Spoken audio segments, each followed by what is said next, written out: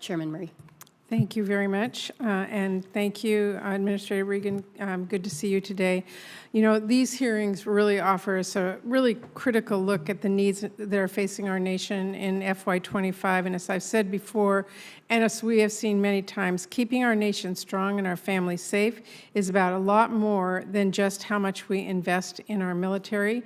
It's also about the absolutely essential investments we make at agencies like EPA, which ensures that we have clean air and clean water for our families and protects our communities from toxic pollutants and cancer-causing chemicals and a lot more.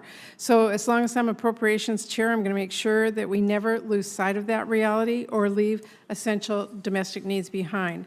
Now, I've been very clear from the start, I don't like the bipartisan spending caps we have to work with. They seriously limit our investments in our country's future, and they forced a lot of tough funding decisions in the bill we just completed.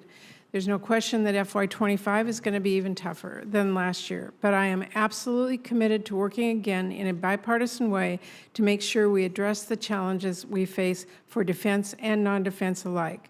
For me, the order of the day, every day as we work on our new funding bills now, is to make sure our families are always treated as an equal priority in our funding bills and are as important as our military spending. They are both critical to our nation's success. So, Administrator Regan, thank you again for being here. I wanted to ask you about the President's budget request for FY25. You include key funding increases for some of EPA's core programs. This is the funding that ensures that EPA can enforce our bedrock environmental laws like the Clean Air and Clean Water Acts, protect our ecosystems, our waterways, our communities. The request for clean air programs would boost funding by $393 million. Would you talk to us about why that need is there and how it would be used? Well, thank you for that. And the increases in the President's budget, I believe, do respect those spending caps. And it's really important that we look at those requests that were made are so that we can keep up with some of the progress we're making. We are just proposed a really good, strong drinking water rule on PFAS. But that's 6. We've got 29 in the wings, and we've got thousands more. So we need to keep the pace there. We want to ensure the safety of chemicals before they hit the markets, and that is one of the places on our team where we have a deficit in terms of staffing, yet we're getting more and more requests from our ag communities about herbicides and pesticides. We have to maintain the progress that we're making on cleaning up our Superfund sites and our brownfield sites. And quite frankly, I wish it weren't the case, but we need the capability to respond to a lot of these emergencies that we're seeing, whether they're train derailments or bridge collapses or wildfires. And so all of the requests that you see in that budget are really focused on some key core areas that are pertain to EPA's mission.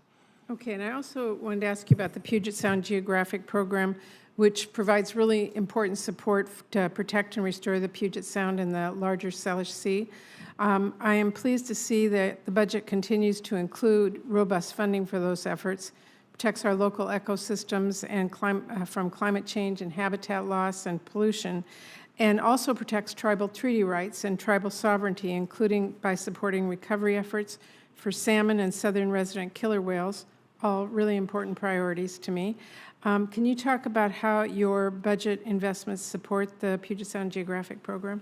Well, it does. It's very important that it does it keeps pace and maintains all the progress that you just laid out, in addition to the threat and danger that we're seeing from 6 PPD.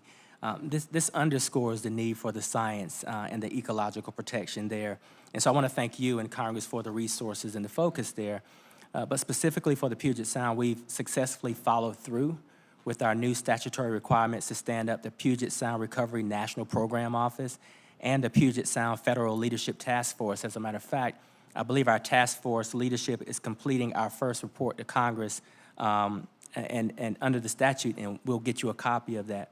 But I want to say that I'm very proud of the work that we're doing on the Puget Sound and protecting that ecosystem in those waters. And through your leadership and through these task force and program offices, I think we're well on our way. We just need the budget resources to continue the progress. Okay. And finally, let me just say that I really want to commend the EPA, along with the Department of Energy and the Washington State Department of Ecology, for reaching a holistic agreement on the treatment of tank waste at Hanford site earlier this week. I take the federal government's moral and legal responsibility to support the Hanford cleanup very seriously and make sure this committee does as well. So we'll be talking to you in the future about how you can make sure that that is on top of the agenda, and we're putting cleanup first. So thank you very much. Thank you.